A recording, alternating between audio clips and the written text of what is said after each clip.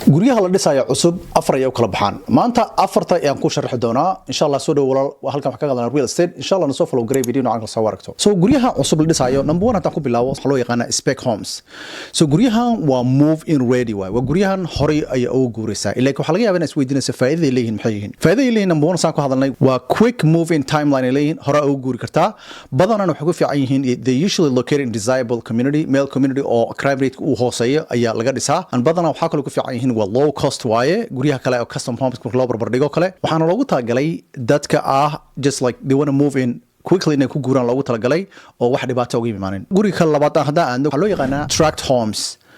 waa kuwan waxa loo yaqaanaa waa production homes so guryahan waxa loo dhisaa wax si loo yaqaano large scale development oo ah guryo fara badan oo la dhisayo waay so badanaa waxaa kale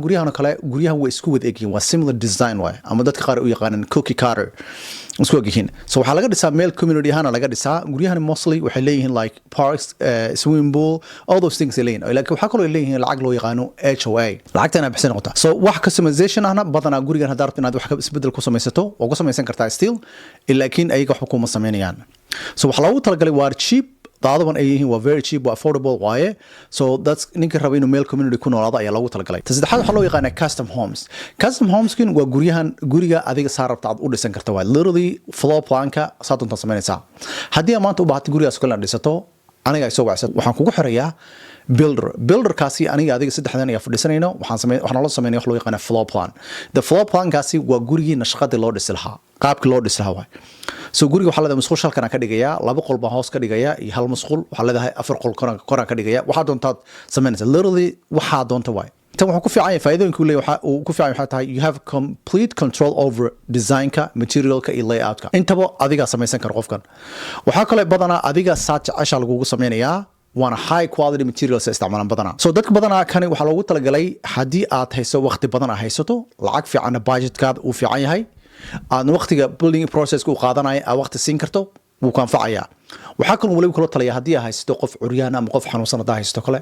guryaha noocan kale aad bay ku anfacayaan sababta saa doonta adiga ka samaysan kartaa guriga saddexaad waxaa loo yaqaanaa semi custom homes gurigan waa wax loo yaqaana pre-design plans waaye already designka waa la design gareeyey laakiin wuxuu kaga fiican yahay kuwa kale hadda aan kasoo hadalnay kii ugu horreeyaan kasoo hadalnay wuxuu ka fiican yahay waxaa lagu ogolaan karaa qayb ka mid ah inaa adiga aad waxaa doontaa ku samaysa customization ku samaysato oo basically ah like another like qaybtaas musqushan ka rabaa qaybtaas ka rabaa laakiin guriga dhan ka hal qayb lagu ogolaan kara oo kale waxa lagu leeyahay musqusha kale meesha laga dhigay inta xaggaas laga dhigaya taas lagu siinay fursad lagu siinaya so wuuna ka jaban yahay custom home kan ka hadlaynay hadda ka hadlaynay wuu ka jaban yahay sababta guryahaasi waa qaali badanaa usually waa over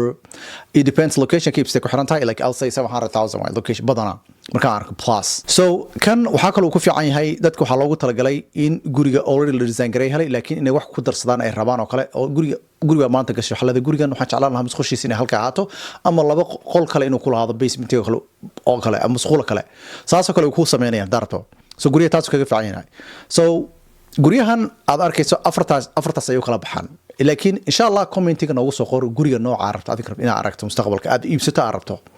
insha Allah hadaa rabto guri cusub inaad iibsato ama gurigaadina iska sii gado insha Allah waxay iga soo qaban kartaa website-kayga saxanrealty.com boqolaal Soomaali adigoo kale ayaan caawinay oo ka hadda xorriyad ku nool insha Allah haddii aad rabto arrimaha real estate investment-igana oo ah buy and hold subject to wholesale and fix and flip insha Allah igu soo boqo website-kayga